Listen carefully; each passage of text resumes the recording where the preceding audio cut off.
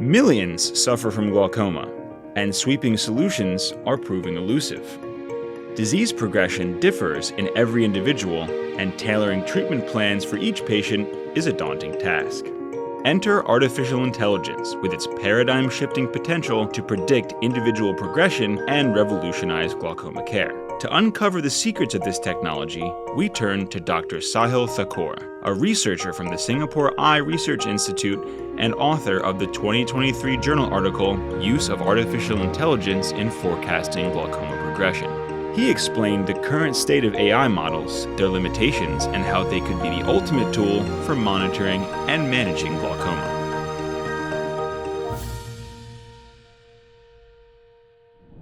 Glaucoma right now, according to the World Glaucoma Association, needs at least demonstration of structural and functional defect. The functional defect part is the problematic part. Why? Because you have to demonstrate it on visual fields. So the problem with early glaucoma detection is by the time you detect glaucoma in visual fields, it is already not the early stage. Most of the AI models that were initially developed were for screening purposes rather than glaucoma progression. So for screening, what they used to do was just use fundus photos, then run them through an algorithm, use the cup-disc ratio to predict whether the person has glaucoma, yes or no. But the problem this thing causes is that a simple yes or no leads to a lot of false positives. The advantage of OCT is because we are able to directly measure the thickness of the retinal nerve fiber layer, so it is supposed to be more accurate, especially for detecting early glaucoma. AI needs data as fuel. The more the fuel is there, the more AI models can perform better. It's very important to have SOPs while your data is being collected. For example, if you are taking a fundus image, there needs to be a check by the optom, right? And in case the image is not good, sometimes you may have to dilate the patient and take the image again because the cataract may be inhibiting the image.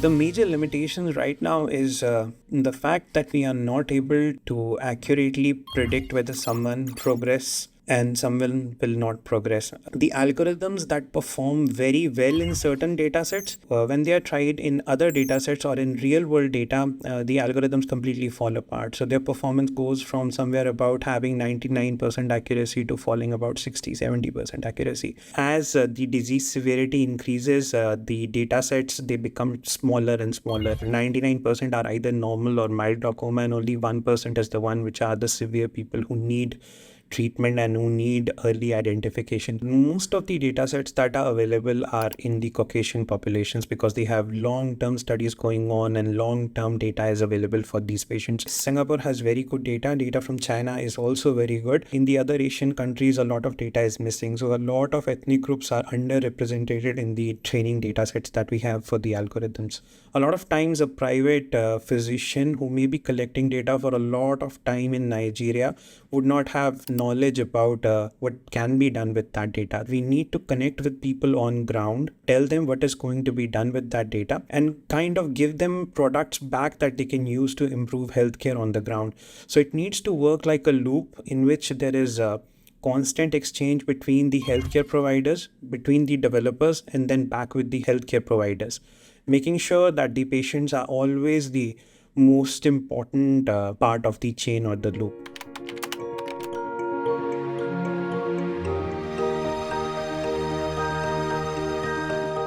So we have the national pilot program here in Singapore called as the Selena Plus. It is an AI algorithm developed by Singapore Eye Research Institute along with NUS. It is able to detect diabetic retinopathy, age-related macular degeneration, and glaucoma. The fundus photos, they are taken at the polyclinic level.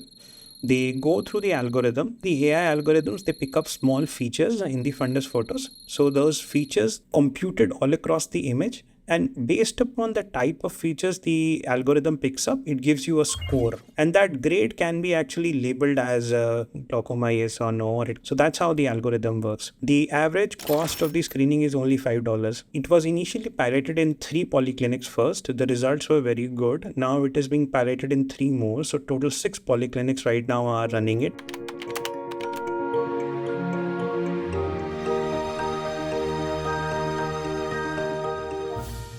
most important measure that we can take as physicians or as AI engineers or AI developers is to kind of focus on mobile first applications. So these applications, especially a lot of devices right now are available which work on mobile platforms like the VR perimeters. Then there are devices like the Peak ophthalmoscope, which can take fundus photos using the phone. So most of the algorithms are human in the loop. They are available for purchase. People can become early adopters and start using them right now. So you can buy like a fundus camera that has an integrated AI module. So it's very important to be updated and be aware, which means the educational aspect is key in AI. Why? Because it's a constantly evolving field.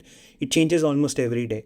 So you need to kind of be regular about the updates, what is happening, how it can help my patients, where can I use this, are the models even meant for my patient? So the second part is the patient selection. It is very, very important, which means that if you are totally seeing patients which are very severe, very advanced, your practice is totally dedicated to that, probably for you, those AI models which are meant for screening are of no use. So which means you would more require a clinician decision support tool or something which is having more of a human in the AI loop kind of a design of the algorithm. So it's very important to kind of know what kind of algorithms can help you.